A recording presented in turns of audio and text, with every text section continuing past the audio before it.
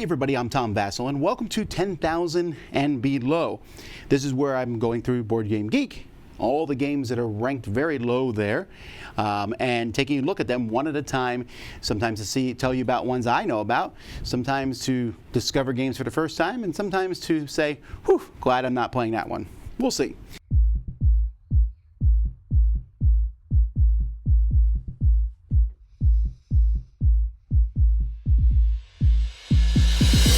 So today we're taking a look starting at 13-401. I don't look at every game, but I always look at the first one, and I would have looked at this one anyway because I like the name of it, Yummy World Party at Picnic Palace. So this came out in 2017. It's designed by Phil Walker Harding and came from WizKids.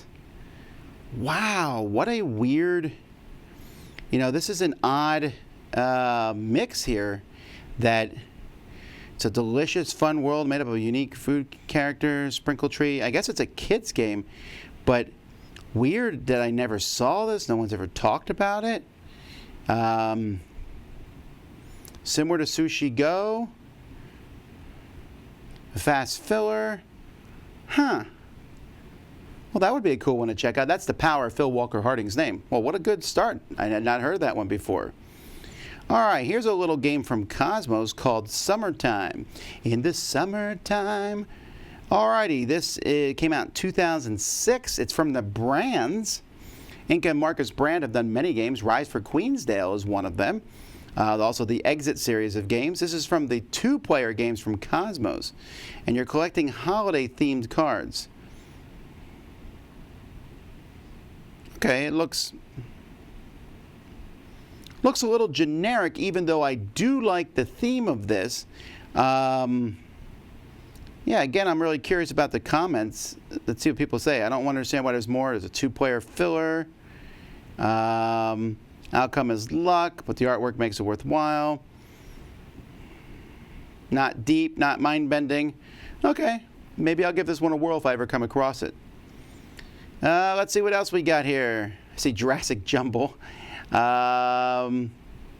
Frigate Sea War in the Age of Sail from 1974, and I will look at Jurassic Jumble because that's intriguing me. Moving down here, we have QBs and Magical Treehouse. All right, so here we go. Frigate Sea War in the Age of Sail. This is a naval thing from Jim Dunnigan, SPI. It came out in 1974.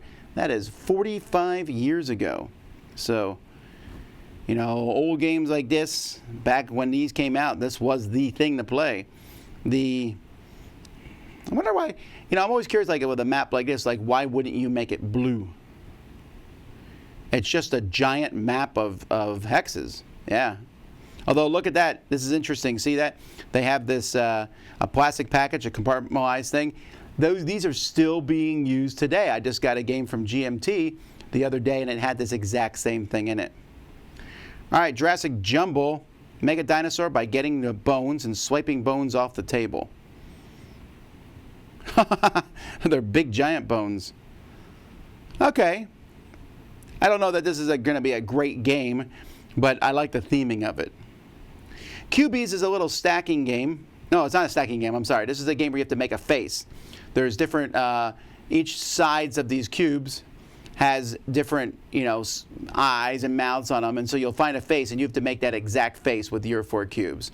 It's silly and fun, and it's mostly for kids, for sure. Magical Treehouse sounds like it's for kids. It's not. This is an AEG reprint of the original game from Japan, and in this one, you're placing tiles and building these tree houses, and it's okay. I really wanted this to be a better game. It's a little more involved than the game's gives back to you. So what I mean is there's more rules than I think the game warrants per se, but it's not that great. You see, I ranked it a 5, but it feels like the potential's there, and I really like the theme. All right, Goblin Grapple has 172 ratings. Hero vs. Guardian, a game of dungeon craft. I reviewed that back in 2013. Dragon Strike has 106, and Inquisitor. Tac I reviewed in 2015, and Take a Train in 2016. Whew, a lot of games here. Let's take a look. First, Goblin Grapple. This has a lot of ratings from the Silver Gaming Company. A 2 to 4 player strategy card game. You're uniting the clans. Now, this is weird to me because there is not many pictures for a game that has this many ratings. It looks almost, just taking a look at these pictures and a little bit about it, it almost feels like this is a bar table style game, like a quick game that's easy to play. So, All right, let's see.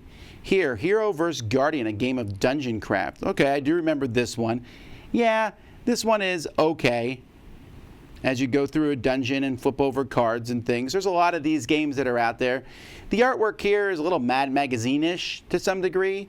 Maybe that's not the best word for it, but yeah, here comes the heroes, defend against them. Dragon Strike. This one I have not played. Okay. Has 9, oh, wow, a lot of ratings though. Oh, so this is a toy style game. That dragon is moving around. I would play this. That looks entertaining to try out with the kids. A Milton Bradley game. I'm not sure I've ever seen this game like in stores or anything. Definitely a mass market game, but it must be amusing to play. Inquisitors, shadowy agents of the Imperium, battle each other in a war of ideologies. I would say this is like every other game, but it did come out in 2001. Oh, is this a miniatures game then? Who's the publisher? Oh, Games Workshop, of course. Yes, Gavin Thorpe. It's a large-scale narrative skirmish game. I do remember when this came out because the miniatures were bigger than normal. They were 54 millimeter, which is larger than a normal size. That's about the extent of me knowing about it. Doesn't have a very high rating for that. Tok Tok. This is a twist, a two-player game. Your advance, stack, and attack. Move your pieces across the board. You can stack them on the same one, then you can move faster. And you think I would remember this more. I remember playing it, but I don't remember the game itself. I gave it a 6, so that seems pretty self-evident that it just was a decent abstract strategy, but forgettable game. Take a Train, another one I gave a 6 to. Okay, this one here, playing cards in front of you and keeping the shares behind it. Again, this is one that I gave an okay rating to. I like the look of it. It's a family-style collecting game from Broadway. G3 is the company I think I probably got it from. And you're just adding trains. Yeah, there's a lot of games like this out there where you're adding trains or taking stock into different things. Meh. I probably won't go back and hunt it down again. All right, let's continue down here. We have the Sinister Six. This one here has only 63 ratings. It came out last year. And then Pocket Dungeon Quest and Elemental Clash, the basic set, 2009. All right, Sinister Six, I was really disappointed by this one. It has really cool pieces. Like here, these are the control pieces for the different Spider-Man villains. There's a whole lot of these pieces, and it's really neat. The game is a cooperative game-ish. You're 6 villains working together, so the semi-co-op thing makes sense a little bit. But it's just it's a fragile game. It's not really that interesting to play. You're not supposed to be, it's not really cooperative, but it is. It's like the semi-co-op. Semi-co-op doesn't work. It really falls apart in many ways, unfortunately. Pocket Dungeon Quest. This is from Breaking Games. Aha! I have played this, but if you don't mind, I'm going to give it a rating now. I'm actually going to give it a 1.5. Yeah, 1.5 is a little low. Well, I'm just going to give it a 1 for now. This is a really, really bad game. You are coming in the outside of a bunch of tiles, really low quality tiles. You turn over a tile and you see what happens to you as you go throughout the dungeon. I was really, really disappointed with this one. I never reviewed it, but it was really that bad. Elemental Clash, the basic set. This is another one I don't remember. When did I review this one? 2011, 9 years ago. Producing Energy. Wow, I do not like the artwork on this at all. Looks, Andreas Probst. It's a living card game. Probably they got talked to by Fantasy Flight because you're not supposed to use that terminology. Yeah, this one didn't go anywhere. So, Alrighty, let's continue on looking through the things here. This game's just called Czar. We'll take a look at that one. Moving down here, we have Big Top. I do remember playing that one. You'll notice that my rankings of these games aren't super high, but that doesn't mean anything. A lot of these are just more mediocre games than anything else. And then we have Grumpf here. And, Dwarves in Trouble. Oh, I want to look at this one too. Ruckus, the Goblin Army game. All right, so first Czar. This has a decent amount of things. You woke up in a dark and dusty mansion. You must face the demon, exploring the rooms and canceling the spells. Okay.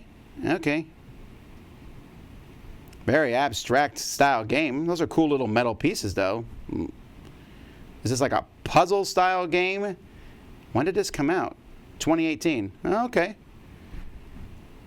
It's a little small, right? But that's interesting. It's interesting.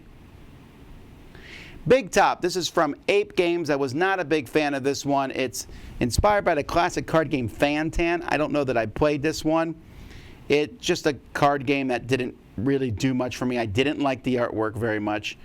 It's a specific style if you like that style. And playing cards, almost Racco-ish style, just didn't really do much for me. This one here, La Petite. I don't know how to pronounce this one. You are working together to make. This is a cooperative game for children. Yes, kind of a memory-style cooperative game. Grumpf. This one here I gave a 6 to.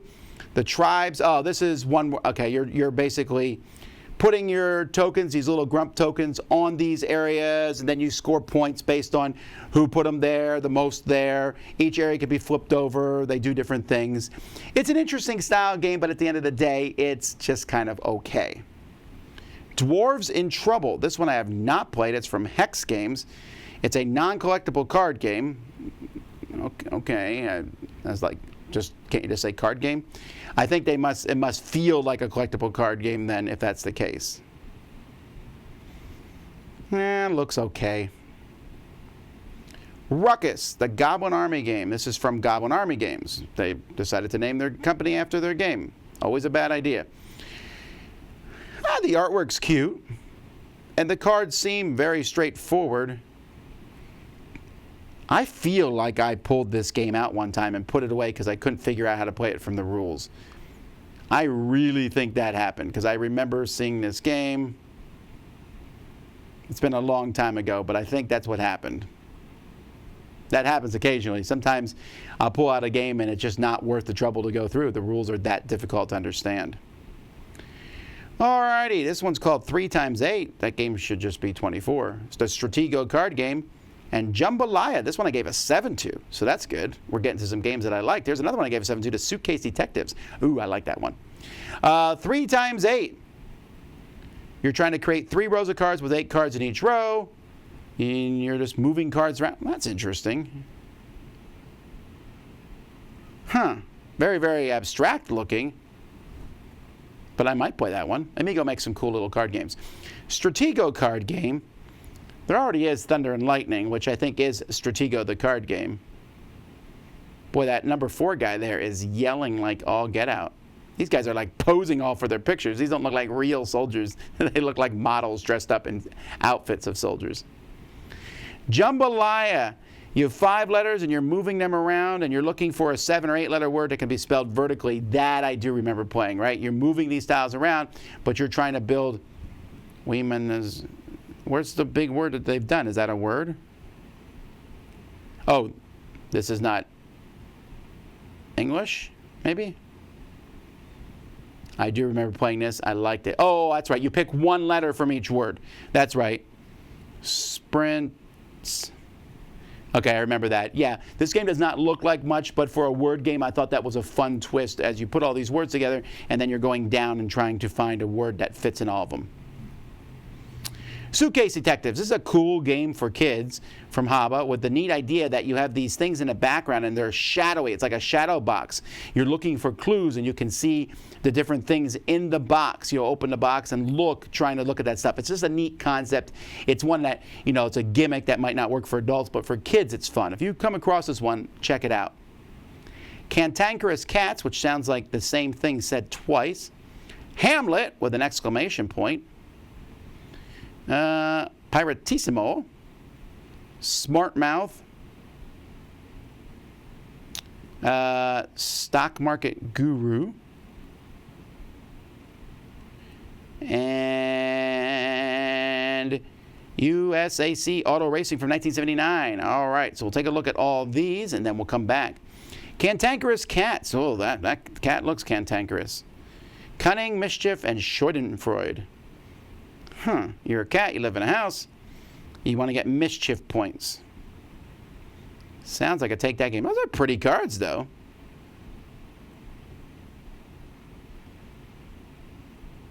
I like how the game looks, actually. But it sounds like it's a take that game. But I might be wrong. Hamlet.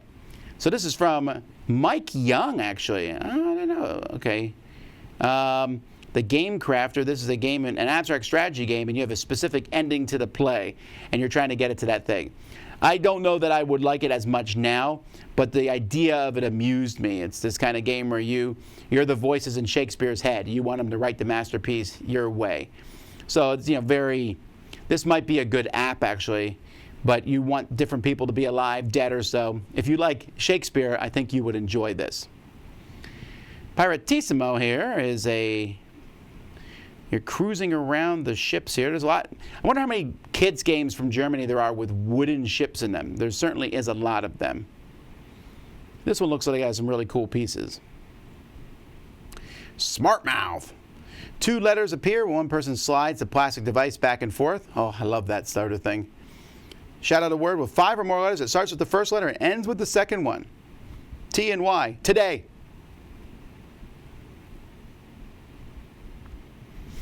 All right, that's really, really simple concept, but it works. Stock Market Guru from 1997. Although it's from Avalon Hill, so this must have been one of the last ones they did before they were bought by Hasbro. Whew. Yeah, I like playing stock market games, but that one looks a little realistic. Here's an old game. USAC Auto Racing. Jim Barnes, another one from Avalon Hill. Isn't that funny, though? Like, this is from 1979, and then you see the one that came out in, like, almost 20 years later, and there's almost no difference in the quality change. In fact, I think this one looks better. I like this. This looks entertaining, actually, with all these cars. Looks like you get to race a lot of cars. I'm curious. You sold this at Avalon Hill. You have 6. You can play it solitaire. I wonder, old school game, multiplayer game, it's fun. It's too long and not really fair. It's an event style game. Offbeat but dry representation of IndyCar racing. Okay. All right, let's continue. Oh, here's a couple games. Licardo and Potato Pirates. Moving on down. Let's take a look at that one. And the poll game. I wonder if that's good. Let's ask some people. And finally, the final game in this category. I cannot pronounce it. All right. Well, here we go. Licardo. Put words together to form compounds. You need to think ahead. I am not remembering this game. Fly over time, over land, landline. Oh, okay, so you're making me essentially compound words. Firefly. Okay, I remember it a little bit now. That's okay. Potato Pirates, unfortunately, I did not like. This is a programming game, which I thought was exciting. You have these ships, these pirate ships out that you attack other people's pirate ships by using some programming, teaching kids programming. Great. And then there's just massive swings of luck in it. Massive take that swings of luck. It just didn't work for me because of that. This one I just reviewed a few years ago. Unique bidding and bluffing game set in an old Japanese town. The English name of this, Hida Furukawa. I apologize if I got that name incorrectly. I remember this game. This is a really weird bidding game that I did enjoy, where you're building a grid of cards in front of you. You're bidding on these cards and then building them in front of you and scoring points based on how you put them in there. And then this here, which I won't even try to pronounce. Looks like Russian Scrabble. Ah, well, there you go. That's what it says, the Russian adaptation of Scrabble. So Russian Scrabble, good way to end this one. All righty. Well, that's that, folks. I hope you enjoyed it. Is there a game that I went through and you're like, why didn't he talk about that game? Mention it in the comments. Until next time, I'm Tom Vassar. You've been watching 10,000 and Below on the Dice Tower.